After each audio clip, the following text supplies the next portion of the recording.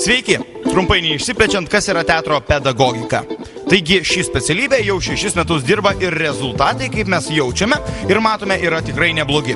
Anksčiau ši specialybė buvo pavadinta teatro edukologija, todėl dažnai studentai ir dėstytojai šį reiškinį vadina sutrumpintai TED2, o šiuo metu jau teatro pedagogika. Taigi iš esmės niekas ir nepasikeitė. Teatro pedagogika tai mokslas apie tai, kaip ugdyti, auginti, įkvėpti, skatinti savarankiškai iš savęs atradimui, taikant labai puikų dalyką – teatrą. Teatras – visų menų sintezė, todėl TED2 studijuojantys studentai mokosi teatrinių metodų, sistemų bei visokių kitokių dalykų susijusių su teatru ir tuo pačiu sužino, kaip šį meną pritaikyti skirtingo amžiaus žmonėm. Teatro pedagogas gali dirbti be abejo mokyklose, papildomo ugdymo įstaigose, teatro studijose ir teatruose.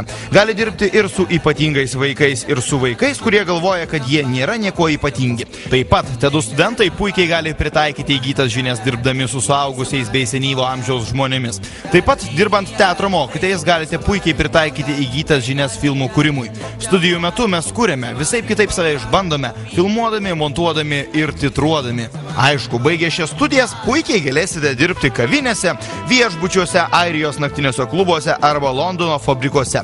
Bet tikrai to nereikės, nes Lietuvos mokyklose šios srities specialistų iš tikrųjų labai trūksta. Taigi teatro pedagogų neruošia nei vienas kitas universitetas, akademija, koledžas ar kokia kita švietimo ir ugdymo įstaiga. Todėl, jeigu jauti, kad nori studijuoti teatrą, turi įkvėpimo žadinti vaikų ir pasaulio kūrybiškumą, tai ši specialybė kaip tik tau.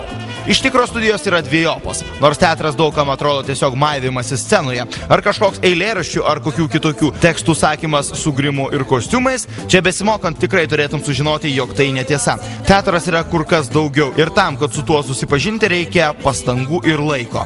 Todėl TED2 studentai repetuoja, būna kartais visas dienas, naktis, net mėnesius ir metus drauge.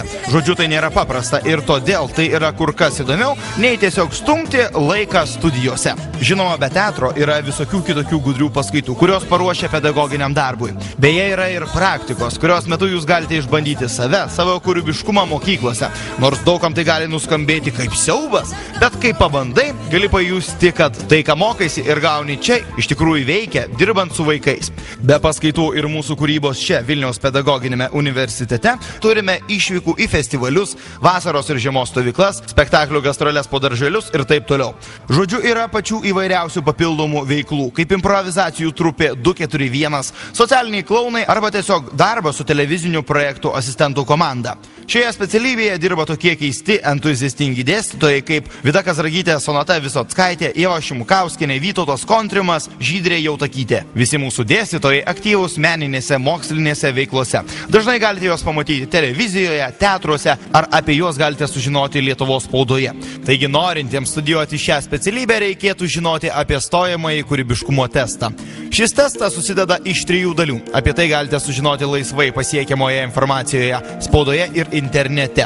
Na, o apie pačią specialybę daugiau informacijos sužinosite internetinėje svetainėje www.ted2.vpu.lt. Taigi, kas baiginėja mokyklas, gerų egzaminų ir nepamirškit, kad visas gyvenimas kaip teatras, kuriame mes tik tai vaidiname mums skirtus vaidmenis. Kai tai jauti, net baisiausi egzaminai gali suteikti džiaugsmo. Sėkmės, teatro pedagogai, edukologai arba TED2 gyventojai.